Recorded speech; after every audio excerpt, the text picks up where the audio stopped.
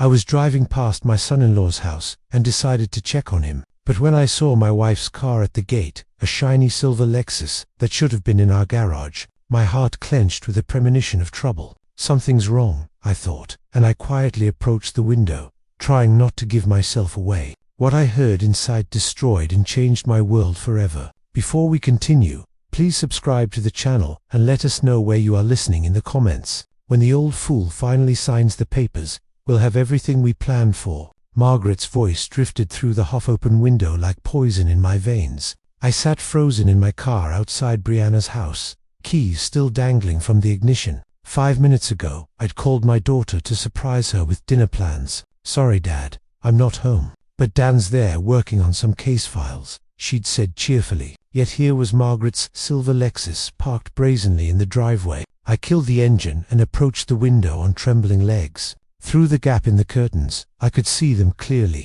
My wife of 25 years lounging on my daughter's couch like she owned the place, and Dan leaning against the bookshelf with that smug expression I'd grown to despise. "The timeline's perfect," Dan was saying, his lawyer voice crisp with satisfaction. "File in June, claim irreconcilable differences. With the new Iowa statutes, Margaret's entitled to half of everything acquired during marriage, plus spousal support for life." Margaret laughed. That tinkling sound I'd once found charming. "The construction business alone is worth $12 million. Add the rental properties, the vacation home, investments. We're looking at nearly $20 million total." My hands shook as I fumbled for my phone, hitting record just as Dan continued his legal dissertation. "The beautiful part is his trusting nature. Alan has no idea we've been documenting his assets for months. Bank statements, property deeds, business valuations. Everything's already copied." He gestured toward a manila folder on the coffee table. He practically handed us the keys to his kingdom.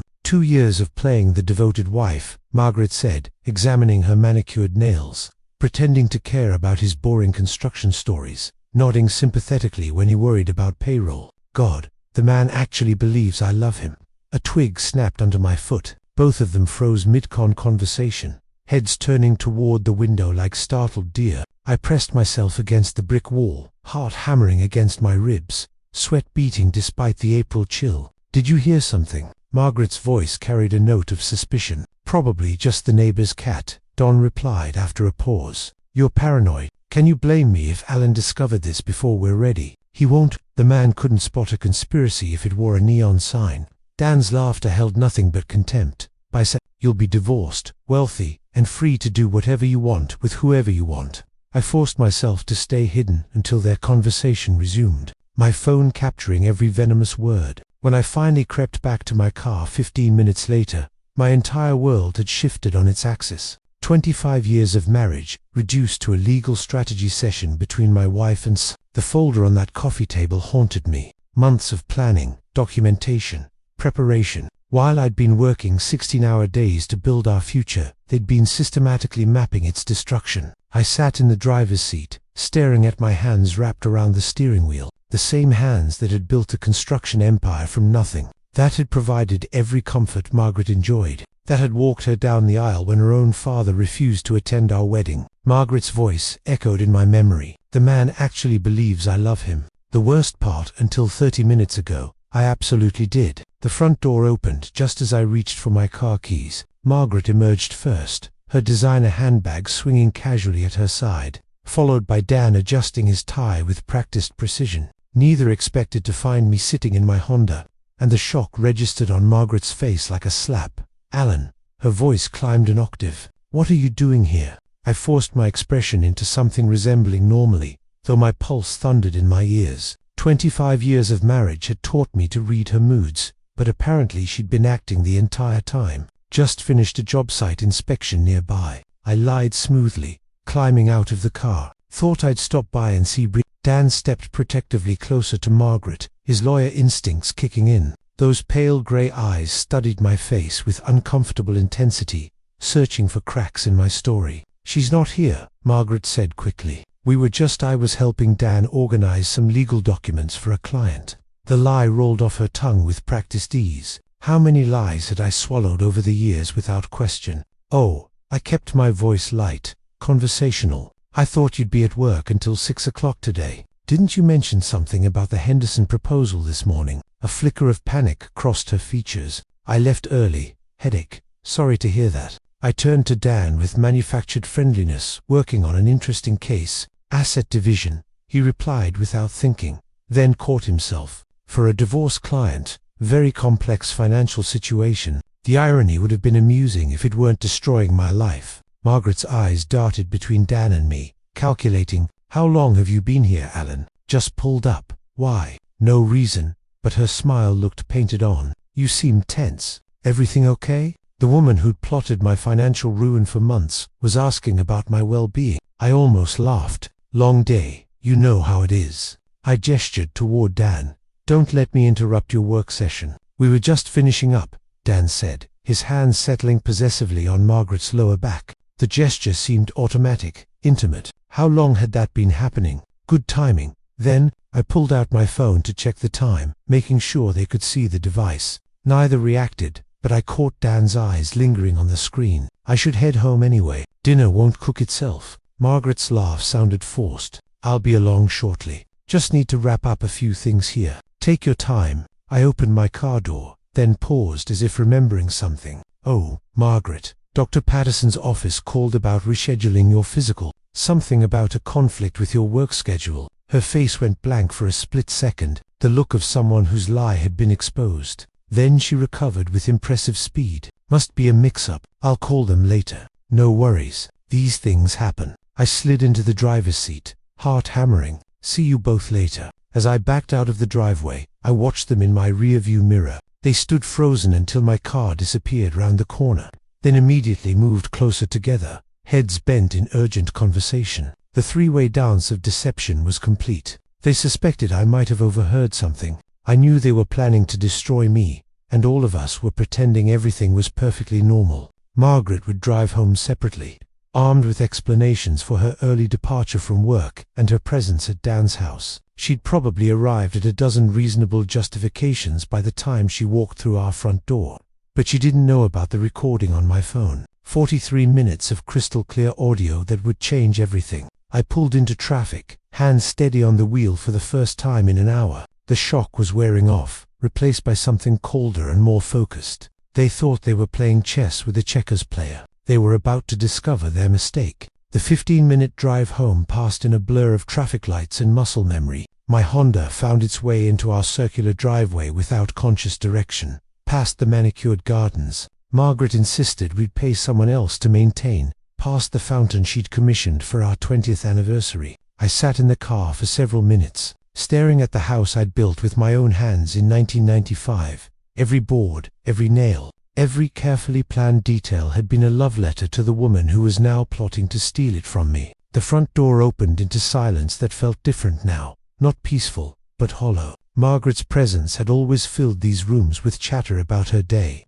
complaints about neighbors, excitement over new purchases. Now I wondered how much of it had been performance. The wedding photo on the mantel caught my eye first. December 15th, 1987. Margaret radiant in ivory silk. Me awkward in a rented tuxedo. Both of us glowing with what I'd believed was genuine happiness. She'd been 22, working as a secretary at Morrison and Associates downtown. I was 37, my construction business finally turning real profit after 10 years of 12-hour days and instant noodle dinners. We'd met at the company Christmas party that year. Morrison was a client. I'd renovated their offices the previous spring. Margaret had laughed at my terrible joke about concrete mixers, a sound like silver bells that made my chest tighten with unexpected longing. When I asked her to dinner, she'd blushed and said yes. So quickly I wondered if she'd been waiting for me to ask. Our first date at Romano's Italian restaurant stretched until midnight. She listened with genuine interest as I described my dreams of building something lasting, something that would outlive us both. Her eyes sparkled when I talked about the houses I wanted to create, the families I wanted to shelter. You're not just building structures, she'd said, reaching across the table to touch my hand. You're building homes. I'd proposed 6 months later. The kitchen table held our 25th anniversary card from last December, Margaret's handwriting still elegant in blue ink. To my wonderful husband, thank you for making all my dreams come true. Here's to 25 more years of happiness. All my love, Margaret. all her love. The phrase tasted bitter now. I moved to the living room where Brianna's baby pictures lined the built-in shelves. I'd crafted during Margaret's pregnancy. June 8, 1995, the day our daughter was born. Margaret, exhausted, but radiant, holding our red-faced miracle like she'd been created for motherhood. Those first years had been the happiest of my life. Margaret threw herself into being a mother with the same intensity she'd once brought to planning our wedding. Parent-teacher conferences, soccer games, birthday parties, with elaborate themes. She documented every moment with fierce maternal pride. "You're the best father in the world," she told me the night Brianna graduated high school, tears streaming down her face as we watched our daughter accept her diploma. "She's going to do incredible things because of the foundation you gave her." The foundation I gave her, not we. I had the cracks been showing even then. I sank into my leather recliner, the one Margaret always complained was too ugly for the formal living room, and let the memories wash over me. Our 10th anniversary cruise to Alaska. Margaret genuinely delighted by the glaciers and wildlife. Brianna's college graduation. All of us crying as she walked across the stage with her psychology degree. Christmas mornings filled with laughter and chaos. Margaret insisting on elaborate decorations that took weeks to install and one day to dismantle. When had gratitude transformed into entitlement? When had "thank you for providing this life" become "we deserve so much more"? The recording on my phone held the answer. Margaret hadn't loved me in years, possibly decades. Every kiss, every anniversary celebration, every "I love you" whispered in the darkness had been calculated. Manipulation designed to keep me working, earning, building wealth she could eventually claim as her own. 25 years of my life reduced to a legal strategy session. I sat in the growing darkness of our living room, surrounded by the evidence of what I believed was a happy marriage, and felt something cold and analytical settling over the grief. Margaret thought she was playing the long game, positioning herself for maximum financial gain while maintaining plausible deniability. She had no idea her husband possessed the same strategic mind that had built a construction empire from nothing. The game was about to change. The living room silence wrapped around me as I forced myself to think like the businessman I'd always been. When had Margaret's behavior shifted from genuine partnership to calculated positioning? The answer came with uncomfortable clarity. 2020, when Cole Construction landed the Morrison Municipal Center contract, $50 million over 3 years, the largest project in company history. I'd come home that April evening expecting celebration, maybe champagne, definitely the enthusiastic support that had sustained me through every previous milestone. Instead, Margaret had been sitting at the kitchen table with a real estate magazine and a calculator. "This means we can finally afford the house on Elm Street," she'd announced without looking up. "The one with the circular driveway and the pool. The Hendersons are asking $4.2 million. Not congratulations on the achievement, not pride in the work that would employ 300 people for 3 years. Just immediate focus on what my success could buy her. Margaret, I haven't even started the project yet. There's design work, permits, subcontractor negotiations, but the money is guaranteed, right?" She'd finally looked at me then, her green eyes calculating. "I mean, once you sign the contract, the city has to pay." The conversation had lasted 2 hours. She'd mapped out expenditures down to the last detail. The new house, country club membership, luxury cars, European vacations, not our expenditures, hers. The pronouns had been telling, though I'd been too focused on project logistics to notice. By 2021, the demands had escalated. The country club membership became non-negotiable when the Pattersons joined. Riverside Hills, our perfectly adequate vacation cabin in Wisconsin, became embarrassing compared to the Johnsons' place in Aspen. Margaret began dropping hints about other wives, whose husbands really understood how to treat a woman. The physical intimacy disappeared gradually, so slowly I had attributed it to age and stress. Separate bedrooms became necessary because of my snoring, though Margaret had never complained about snoring in 23 years of marriage. Dinner conversations shifted from discussions of our day to Margaret's detailed accounts of what other families owned, achieved, or displayed. Sarah Mitchell's husband bought her a Mercedes for their anniversary. She'd mentioned last month cutting her salmon with surgical precision, just because he appreciated everything she'd sacrificed for their marriage. Sacrificed as if supporting my career while living in luxury had required significant personal loss. The friendship with Dan had intensified after Branna's wedding in September 2023. Suddenly, Margaret was fascinated by legal proceedings, asking hypothetical questions about property division and spousal rights for a friend who might need advice. She'd started receiving phone calls that sent her to the other room claiming they were book club discussions or volunteer committee meetings. How many of those calls had been conspiracy sessions? I pulled out my phone and replayed segments of today's recording. Dan's voice. We've been documenting his assets for months. Margaret's laughter. 25 years of playing the devoted wife. The documentation made sense now. Margaret's sudden interest in my financial reports. Her questions about business valuations. Her insistence on joint accounts while maintaining her own separate credit cards. She'd been conducting reconnaissance while I'd been building the very empire she planned to steal. But Margaret had made a crucial error in her strategic planning. She'd underestimated the man who built coal construction from a single truck and a borrowed tool set. The same analytical mind that had navigated 35 years of construction projects, labor negotiations, and municipal contracts was now focused on a different kind of problem solving. They thought they were playing chess with someone who didn't know the rules. Margaret had spent months positioning her pieces while assuming I'd never noticed the board. She was about to discover that her husband understood strategy better than she'd ever imagined. I stood up from the recliner and walked to my home office, where files containing 35 years of business records lined built-in shelves, tax returns, contracts, partnership agreements, property deeds, everything Margaret thought she'd been secretly documenting. But I knew something she didn't.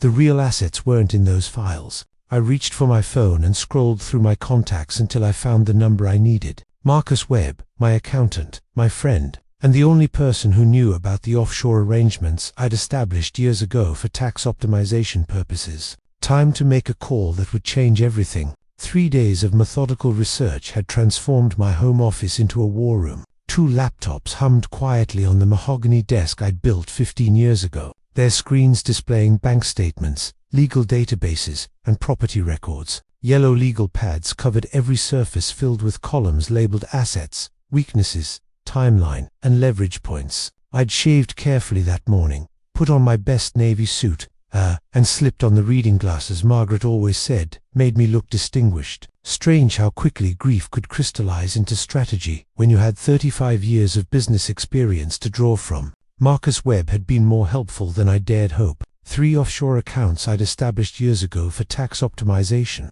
Completely legal, fully documented, but invisible to anyone without forensic accounting skills. Margaret's amateur reconnaissance mission had missed the real treasure. She'd been cataloguing the visible kingdom, while the crown jewels remained hidden in plain sight. But Margaret had been busy too. Her credit card statements told a fascinating story. $47,000 in unauthorized transfers over 8 months, funneled to a joint savings account I'd never opened. The beneficiary name made my jaw clench. Daniel Thompson. They'd been positioning themselves as financial partners long before their divorce conspiracy began. Luxury lunches at Riverside Country Club, $300 spa treatments, designer clothing purchases that coincided suspiciously with her book club meetings. Every expense painted a picture of a woman preparing for a different life. The 8th out of 500 HMD handbag she'd bought last Tuesday carried particular irony, given that she'd complained about grocery costs just that morning. Dan's vulnerabilities proved even more illuminating. My construction industry contacts had been generous with information about Davenport's most ambitious attorney. The man who planned to steal my fortune was drowning in debt, $180,000 in student loans, and $8,500 monthly office lease, chosen for image over prudence and a growing reputation for cutting ethical corners when payment schedules got tight. Thompson's a sharp lawyer. Jim Morrison from Morrison Concrete had told me over coffee, but he's got champagne tastes on a beer budget. Owes 3 of my subcontractors nearly 25 grand total. Always promises payment next week and then disappears when the bills come due. The State Bar Association's website revealed to dismissed ethical complaints in the past year, both involving client fund mismanagement, dismissed but documented. In legal circles, even unsuccessful complaints left stains on professional reputations. I leaned back in my leather chair, surveying the intelligence gathered over 72 hours of patient investigation. Margaret and Dan had underestimated their opponent catastrophically. They'd seen a trusting husband who worked long hours and rarely questioned household expenses. They'd failed to recognize the analytical mind that had built coal construction from a single truck into a 12 million enterprise. The phone rang, jarring me from my strategic reverie. Brianna's name flashed on the screen. "Hey, sweetheart." I kept my voice warm. "Normal. How's your day going?" "Dad, I need to ask you something." Her tone carried the careful neutrality she used with troubled patients. "Is everything okay between you and Mom lately? There's been this weird tension whenever I'm around both of you." My hand tightened on the phone. How much did she know? How much had Dan told her about their conspiracy? "What makes you ask?" "Little things. Mom seems stressed about money, which is strange since business has been so good. And Dan keeps asking weird questions about your company's structure,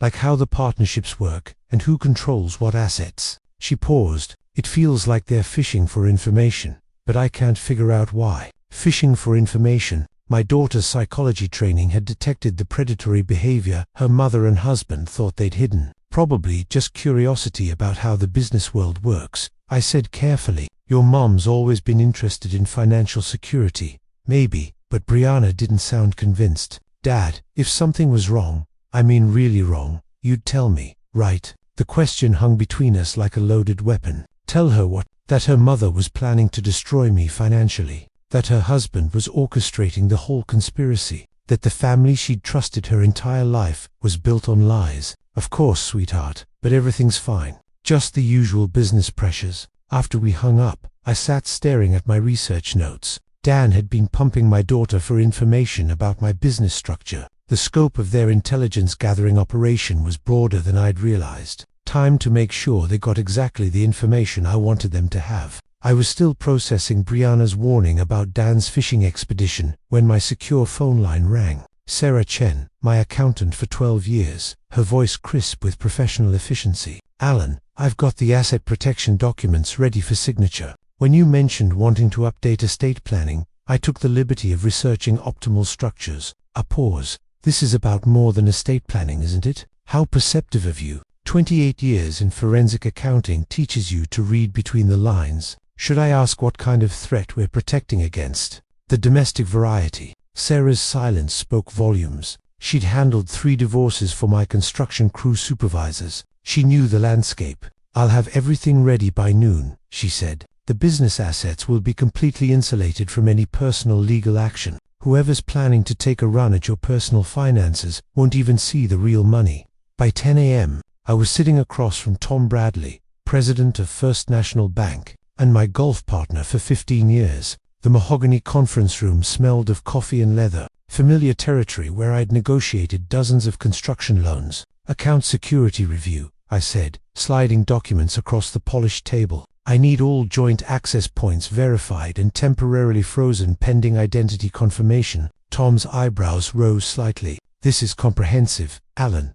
Every joint account, credit line, and automatic payment system. Every single one." "May I ask?" "You may not," but I smiled when I said it. "How long for the security holds to take effect?" "Immediately upon your signature. All account holders will receive notification that access requires in-person verification with photo ID and secondary documentation." Tom studied my face. "This is going to inconvenience Margaret significantly." "I'm counting on it." The security holds activated at 11:47 a.m., just as Margaret was sitting down for her weekly lunch at Riverside Country Club with 3 other construction wives. My phone buzzed with the first declined transaction at 12:03 p.m. I was reviewing contractor bids when Margaret's panicked call came at 12:50. "Alan, something's wrong with our accounts. My card was declined at lunch, and when I called the bank, they said there's a security hold. Do you know anything about this?" Perfect innocence. No mention of the joint account with Dan's name.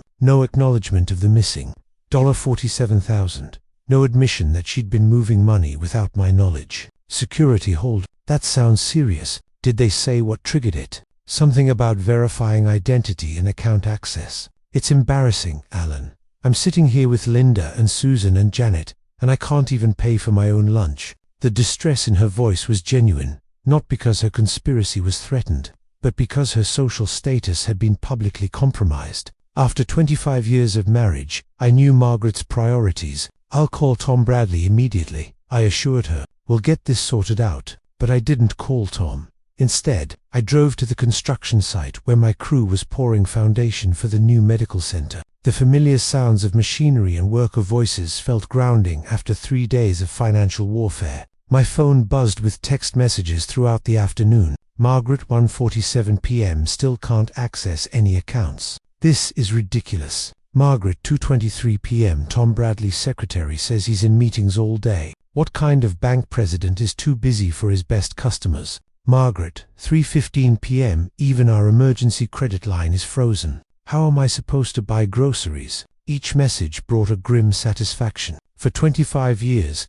Margaret had taken financial security for granted, while I worked 60-hour weeks to provide it. Now, she was experiencing what it felt like when that security vanished without warning. Dan's reaction proved even more interesting. At 4:30 p.m., my private investigator, Mike Rodriguez, called with an update. Thompson tried to access his shared account with your wife 3 times this afternoon. When that failed, he attempted to withdraw funds from what appears to be a trust account, probably your daughter's education fund that he manages. That one's frozen, too. Per your instructions. His demeanor, angry phone calls to bank representatives, threats about legal action, demands to speak with management. Classic overconfident attorney discovering his leverage has evaporated. By 6 p.m., I was home reviewing the day's financial battlefield from my office. Every shared account frozen. Every joint credit line suspended.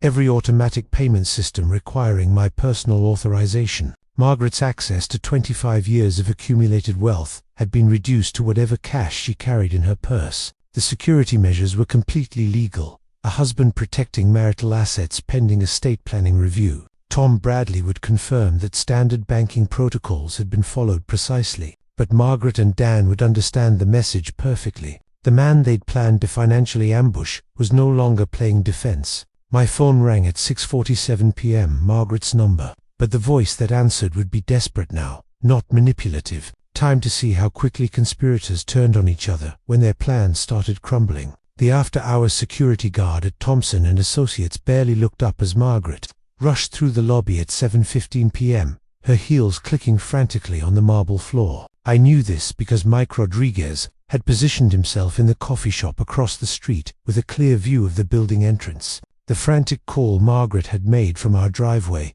"Dan, we need to talk immediately. Something's gone terribly wrong," had been loud enough for our next-door neighbor to overhear. Not that Margaret cared about discretion anymore. On the 14th floor, Dan's corner office glowed with emergency session intensity. Through his window, anyone with binoculars could see 2 figures hunched over a conference table covered with documents, their body language screaming, "Crisis management." He knows. Margaret's voice carried through the building's older ventilation system to the accounting firm next door where Mike's contact maintained an office. "Alan knows something, and he's cutting off everything. I couldn't even buy gas for my car." Dan's response was sharp, professional, his litigation voice engaged. "The timing isn't coincidental. 3 days ago, he said he showed up unexpectedly at Brianna's house, right when we were discussing strategy. He must have overheard something. How much could he have heard? Enough to understand, we're not playing around." Papers rustled as Dan reviewed documents. "Margaret, we need to assume he recorded our conversation. Everything we said about assets, timeline, strategy, all of it potentially documented." The silence that followed spoke volumes. 2 conspirators realizing their victim had been several moves ahead, while they'd congratulated themselves on their cleverness. "What do we do?" Margaret's voice had lost its earlier confidence. "We accelerate everything. No more gradual approach. No more careful positioning. Monday morning, I file for emergency divorce proceedings with immediate spousal support. We claim Alan is engaging in financial abuse by restricting your access to marital assets." Financial abuse. Margaret's tone sharpened with interest. "That sounds legally compelling." Dan finished. "We paint him as a controlling husband who uses money to manipulate and intimidate. The frozen accounts become evidence of his abusive patterns, not defensive strategy." More wrestling papers, the sound of a legal mind shifting into full attack mode. "I'll need you to document instances of emotional abuse, financial control, intimidation tactics. Think back over your marriage. Anytime Alan made financial decisions without consulting you. Anytime he questioned your spending. Anytime he used money to influence your behavior. That's going to be difficult. Don Allen's never been controlling about money. If anything, he's been too generous. Then we reframe generosity as manipulation. His providing for you becomes evidence that he created financial dependency to maintain control. Every gift, every luxury, every comfortable lifestyle choice becomes proof of his systematic isolation strategy. The breathtaking audacity was impressive in its scope. They were planning to weaponize 25 years of Alan's dedication and generosity, twisting every act of love into evidence of abuse. "What about Brianna?" Margaret asked. "She's not going to automatically take my side. Her psychology training makes her skeptical of everything." "That's actually perfect." Dan's voice carried the satisfaction of a man who'd found his closing argument. "Brianna's hesitation to support you immediately becomes evidence of how thoroughly Alan has manipulated family dynamics. We position her psychology training as something Alan exploited to turn his own daughter against her mother's emotional needs. You want to make our daughter a witness against her father. I want to save your financial future, Margaret. Brianna's professional training means her testimony carries extra weight. If she expresses any concern about family dynamics, we frame it as expert psychological opinion, confirming Alan's manipulative patterns. The plan was elegant in its comprehensive evil. Turn the daughter's professional skepticism into evidence against the father. Reframe every act of love as manipulation. Transform defensive financial protection into proof of abuse. Monday morning, Don continued. "I file for emergency restraining orders, preventing further asset movement,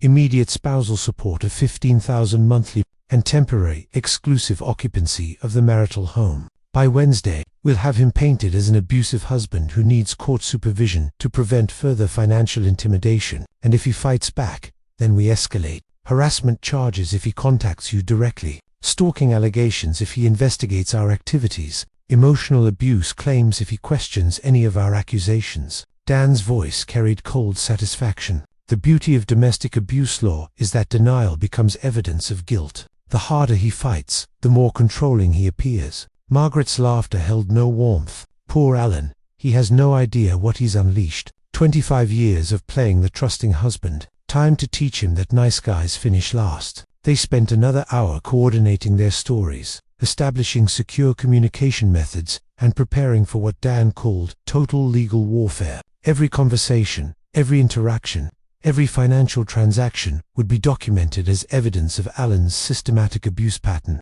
The conspiracy had evolved from simple asset grab to character assassination campaign, designed to destroy not just Alan's finances, but his reputation, his relationship with his daughter, and his standing in the community he'd helped build for 3 decades. As Margaret finally left the building at 9:30 p.m., her phone was already buzzing with Dan's first strategic text. "Remember, you're not an angry wife anymore. You're a terrified victim, finally finding courage to escape your abuser." The war had officially begun. Saturday morning found Margaret and Brianna at Caf Luna, the bistro where they'd shared monthly mother-daughter brunches for 5 years. Margaret had chosen their usual corner table, intimate, private, perfect for confidential conversations. But this time she'd positioned herself as a woman seeking her daughter's professional help rather than maternal support. "Brianna, I need to talk to you about your father." Margaret's voice carried carefully calibrated vulnerability. I think something's wrong with him mentally."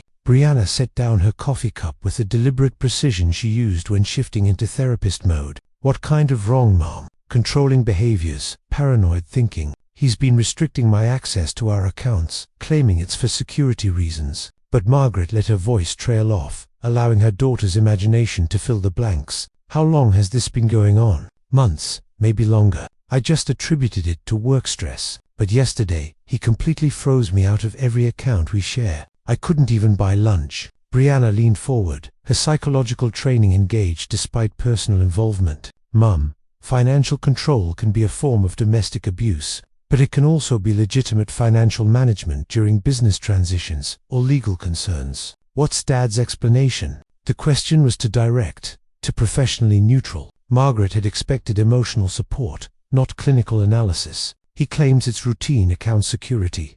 "But Brianna, I've been married to him for 25 years. This isn't routine. This is punishment for something." "Punishment for what?" Margaret hesitated. How much could she reveal without exposing her own conspiracy? "I think he suspects I'd been questioning our marriage. Maybe he's trying to intimidate me into staying." Mum. Brianna's voice carried the patience of someone who'd spent years treating manipulative patients. Are you telling me Dad is financially abusing you to prevent divorce? Or are you telling me you're considering divorce and Dad is protecting assets? The distinction cut too close to truth. Margaret shifted tactics. I'm telling you that your father has been exhibiting concerning behavioral changes. And as a psychologist, I thought you might have insights about what's happening. As a psychologist, I'd say that major behavioral changes usually have identifiable triggers. What happened 3 days ago that might have caused Dad to suddenly restrict account access? Margaret's mind raced. Brianna was too well trained to accept emotional manipulation without evidence. Every question revealed the gaps in Margaret's victim narrative. I don't know what triggered it. That's what scares me. But Brianna was studying her mother's face with clinical detachment, reading micro-expressions and verbal inconsistencies with professional skill. Mom, are you asking for psychological advice, or are you asking me to take sides in a marital conflict? The blunt question shattered Margaret's manipulation strategy. Her daughter wasn't going to provide the emotional support that would validate her victim narrative. I'm asking you to help me understand what's happening to our family. Then, I suggest you have an honest conversation with Dad about his concerns, instead of asking me to psychoanalyze him based on your interpretation of his behavior. Margaret left the cafe. 20 minutes later, furious at her daughter's professional detachment, and worried about the implications. If Brianna refused to automatically support her mother's claims, the victim narrative would collapse under professional scrutiny. Meanwhile, 40 meters away at Cole Construction's headquarters, I was receiving intelligence that would reshape the entire battlefield. Jim Morrison's call came at 10:15 a.m. just as I was reviewing weekend job site reports. Alan thought you'd want to know. Dan Thompson's got problems brewing with the State Bar Association. Word is they're investigating his handling of contractor payments on the Mitchell case. What kind of problems? 3 subcontractors filed complaints about non-payment last month. Thompson collected fees from his client, but never distributed payments to the trades. Classic trust account violation, if they can prove it. I sat down my coffee, mind immediately calculating the implications. How serious? Serious enough that the Bar Association scheduled a hearing for next week. Thompson scrambling to find 23 grand to make the subcontractors whole before the investigation concludes. $23,000.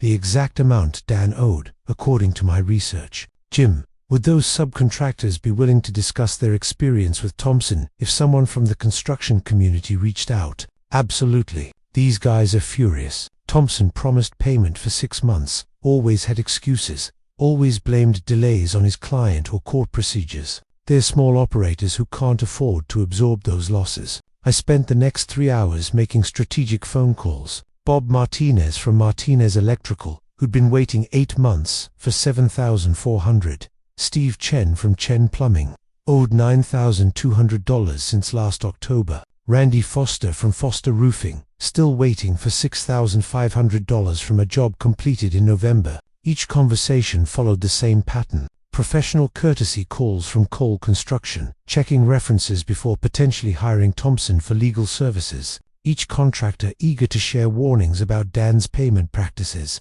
ethical shortcuts, and professional unreliability. By 1 p.m., I had documented evidence of Dan's systematic pattern of using client trust accounts as personal banking, violating state bar regulations and misleading subcontractors about payment time. At 2:30 p.m., I called the State Bar Association's ethical complaint hotline. I'd like to file a formal complaint about attorney misconduct, I told the intake specialist. Daniel Thompson has engaged in a pattern of client trust account violations and has made misleading representations to construction industry professionals. The complaint form asked for detailed documentation. I provided contractor names, amounts owed, timeline of misrepresentations, and evidence of Dan's systematic abuse of client funds.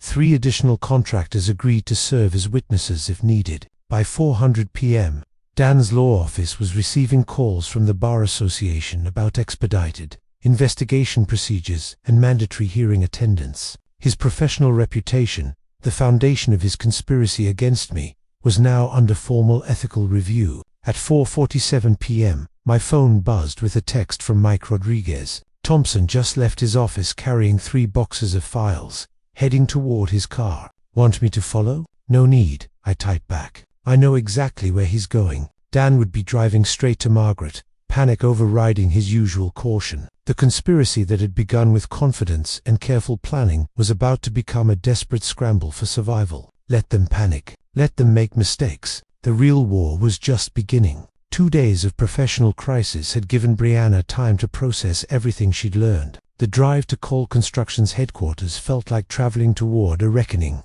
she'd been avoiding her entire adult life. My office building stood solid against the April sky. Brick and steel and honest workmanship. Everything Dan's glass tower pretended to be but wasn't. Sarah, my secretary for 8 years, greeted Brianna with the warmth reserved for family members who actually showed up to job sites and company picnics. "He's expecting you, honey. Go right in." I stood when she entered, reading her body language with the careful attention I'd learned from watching Margaret's moods for 25 years. But Brianna carried herself differently. Professional posture, clinical distance, the bearing of someone who'd made difficult decisions. "Dad, we need to discuss what's happening between you and Mum." Her voice held the careful neutrality she used with troubled patience. "I've spent 2 days analyzing the situation, and I need to understand your perspective. What's your mother told you? That you're exhibiting controlling behaviors, financial manipulation, possible emotional abuse." She sat across from my desk, hands folded precisely. "She wants me to support her victim narrative using my professional credentials." The clinical language was jarring, coming from my daughter, but I recognized her strategy. Distance herself emotionally to evaluate facts objectively. "And what do you think?" "I think Mum tried to manipulate me the same way she's apparently been manipulating you." Brianna's green eyes, so much like Margaret's, but clearer somehow, studied my face. "Show me the evidence, Dad. I need to hear what you heard." I hesitated. Once I played that recording, there would be no protecting her from the truth about her mother and husband. But Brianna was 30 years old, a licensed psychologist, capable of handling reality. I pressed play on my phone. Margaret's voice filled the office. "When the old fool finally signs the papers, we'll have everything we planned for." Brianna's expression didn't change for the first minute. Professional detachment held as she listened to her mother mock 25 years of marriage heard Don calculate legal strategies for maximum financial damage absorbed. Their cold discussion of timeline and asset division. But when Margaret said, 25 years of playing the devoted wife, Brianna's composure cracked slightly. Her hands clenched once, then relaxed. The recording ended. Silence stretched between us like a bridge neither wanted to cross. "First, you known?" she asked finally. 6 days. "I overheard this conversation at your house last Tuesday. And you've been what? Building a defense strategy while pretending everything was normal." "Something like that." She leaned back in her chair, processing. "Mum asked me to evaluate your mental state. She wanted me to provide professional opinion that you were exhibiting abusive patterns." "What did you tell her?" "That I couldn't ethically assess someone without proper evaluation. That her claims seemed inconsistent with your established behavioral patterns." Brianna's voice carried a note of anger now. "She tried to use my training as a weapon, Dad, against you and against professional standards. The weight of betrayal, not just mine, but hers, settled between us. I'm sorry you've been dragged into this, sweetheart. I'm not." Her tone sharpened with resolve. "I'm glad I know the truth. The question is, what happens now?" I studied my daughter's face, seeing strength I'd helped build, but independence I couldn't control. "That's your choice, Brianna. I won't ask you to choose sides. I already have." She stood up. "Decision made. I choose truth over family loyalty. I choose evidence over emotion. And I choose to support the parent who didn't try to manipulate my professional ethics." Relief flooded through me, followed immediately by concern. "What about Dan? What about him?" Her voice went cold. "My husband participated in a conspiracy to financially destroy my father while using my psychology practice as cover. That marriage is over." "Brianna, Dad, I'm not making this decision in anger. I'm making it based on character assessment and behavioral evidence." She moved toward the door, then paused. "I'll testify honestly about family dynamics if needed, but I won't be anyone's weapon, including yours." "I understand." "Good, because there's one more thing I need to do." She left my office with the determined stride of someone who'd found moral clarity in a situation designed to destroy it. 20 minutes later, she'd be walking into her own home to confront the man who'd betrayed not just me, but the professional ethics she'd spent years building. I sat alone in my office, surrounded by the evidence of 35 years of honest work. and felt something I hadn't experienced since this nightmare began. Hope that truth might actually matter. Brianna's key turned in the lock at 7:30 p.m., and Dan's startled expression revealed he hadn't expected her home early. He sprawled on our living room couch, legal documents scattered across the coffee table, a half-empty whiskey bottle within reach. "We need to talk," I announced, setting my purse down with deliberate precision. "Rough day." He didn't look up from whatever case file he was pretending to review. "The Barrett deposition got postponed again." "I know about the conspiracy, Dan." His head snapped up. The careful lawyer's mask slipped, revealing something desperate underneath. "What conspiracy?" "The one where you and my mother planned to financially destroy my father while using my psychology credentials to support false abuse allegations." I remained standing, maintaining advantage. I heard the recording, every word. He sat down his whiskey glass with exaggerated calm. "Brianna, I think you're misunderstanding.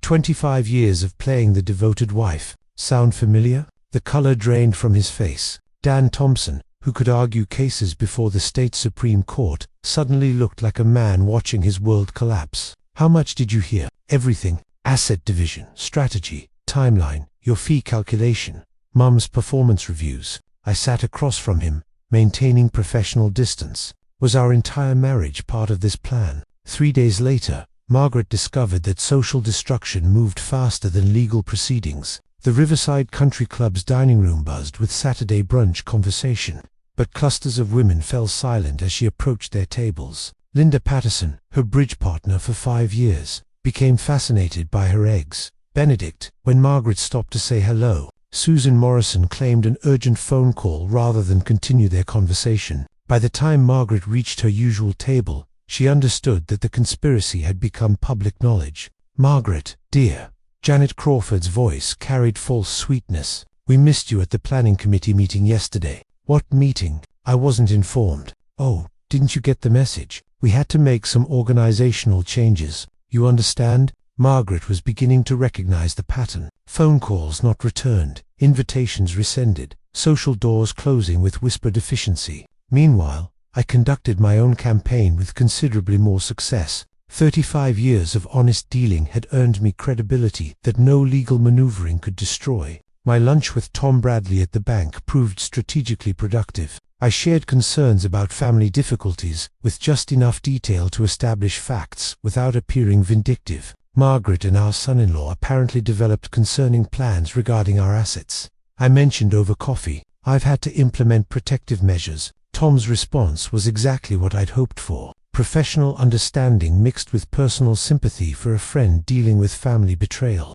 The Chamber of Commerce board meeting that evening proved equally valuable. When Jim Morrison asked about Margaret's absence from the recent fundraising dinner, I explained with genuine sadness about marriage difficulties that have come to light. "Sometimes you discover people aren't who you thought they were," I said, allowing disappointment to show. 2 years of marriage, and it turns out she was planning. Well, I'm grateful I found out when I did.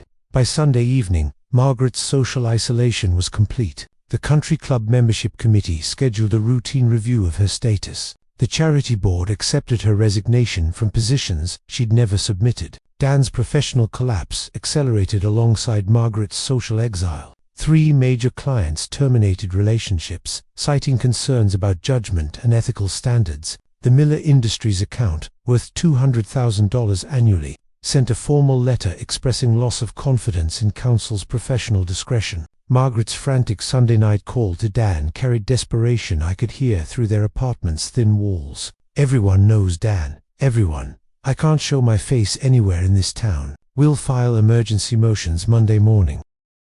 Force Alan into defensive position." "Before what?" "Before you lose your law license. Before I moved back to my sister's house in Minnesota." Their mutual recrimination session lasted until midnight. 2 conspirators discovering that shared guilt wasn't the same as shared solutions. Tomorrow would bring their last desperate gambit. I was ready. Monday morning found Margaret in Linda Hawthorne's downtown office. A divorce attorney whose reputation for scorched earth tactics had earned her both notoriety and high fees. The glass conference room overlooked the courthouse where Margaret hoped to destroy me, but the lawyer's expression suggested limited optimism. "Mrs. Cole, I've reviewed your materials." Linda's voice carried professional skepticism. Your husband's financial protective measures appear legally sound. Joint account holders have rights to restrict access during marital discord. But it's financial abuse. Margaret's desperation leaked through her victim persona. He's controlling every aspect of my access to money we earned together. Money he earned according to tax records spanning 25 years. Linda consulted her notes. Your income contributions appear minimal. You haven't been employed outside the home since 1989. Margaret's face flushed. Being a homemaker had represented luxury and security. Now it looked like evidence of dependency. What about emotional abuse, intimidation tactics? What specific incidents can you document? The question hung in the air. Margaret had spent sleepless nights trying to construct believable abuse patterns from 25 years of Alan's genuine consideration and generosity. He's controlling about money. Always has been. Can you provide examples of threats, physical intimidation, isolation from family or friends? Well, no. But Mrs. Cole, domestic abuse cases require evidence. Has your husband ever threatened you physically, prevented you from leaving the house, monitored your communications? Each question struck holes in Margaret's fabricated narrative. Alan had never raised his voice in anger, never restricted her activities, never questioned her friendships. 10 blocks away, Dawn discovered that bar association investigations moved with bureaucratic efficiency when they wanted answers. Monday morning's ethics committee call carried implications beyond contractor payment delays. Mr. Thompson, we've received additional complaints regarding your handling of client trust accounts, specifically allegations that you've been using client funds for personal expenses pending case resolution. Dan's hand tightened on the phone. Those allegations are unfounded. I've always maintained proper accounting. We have documentation from Martinez Electrical showing invoices submitted 8 months ago, with promises of payment pending client approval. Yet your client settled 6 months ago. Where are those funds currently? The answer was his personal checking account, where contractor payments had been diverted to cover office rent and student loans. What had seemed like resourceful cash flow management now appeared as embezzlement. There may have been administrative delays. Mr. Thompson was scheduling a formal hearing for Thursday morning. You'll need complete financial records for all client accounts dating back 18 months. By Wednesday evening, Margaret and Dan had reached the desperation that breeds dangerous decisions. Their emergency strategy session in Dan's nearly empty office felt like generals planning a final assault with no ammunition. We have to file domestic violence claims, Margaret announced with false confidence. It's the only way to force him into defensive position. Margaret, false domestic violence allegations are felony charges if we're caught, given the evidence he probably has. What evidence? I've never said anything in front of cameras or witnesses that would contradict. She stopped, remembering the recording that started this cascade. The recording proves we were planning financial strategy, not documenting his abuse. So, we reframe it. Your legal expertise, my victim testimony. Make the narrative about long-term emotional manipulation and financial control. Dan stared at her across the conference table. 6 months ago, she'd been a bored housewife seeking excitement. Now she was proposing perjury in federal court. If this fails, we're both facing criminal charges. If we don't try, I'm facing poverty and you're facing disbarment anyway. Margaret's voice carried the calculation of someone who'd lost everything except the ability to take others down. At least this way we go down fighting. Thursday morning's restraining order hearing would determine whether their Hail Mary succeeded, or whether they'd simply provided Alan with more conspiracy evidence. Neither realized their opponent had spent the entire week documenting every phone call, every desperate meeting, every lie they'd told to lawyers and friends. Alan Cole wasn't just defending himself anymore. He was building a prosecution case. The Davenport County Courthouse felt different on May 1st, as if 35 years of honest reputation had crystallized into something tangible I could carry into battle. Judge Patricia Hendricks presided over domestic relations court with no-nonsense efficiency. Having seen every form of family deception imaginable, Margaret sat at the plaintiff's table with Linda Hawthorne, wearing the carefully chosen outfit of a battered wife. Conservative dress, minimal makeup, nervous demeanor that might have been genuine given the stakes. Mrs. Cole, Judge Hendricks began reviewing the emergency restraining order petition.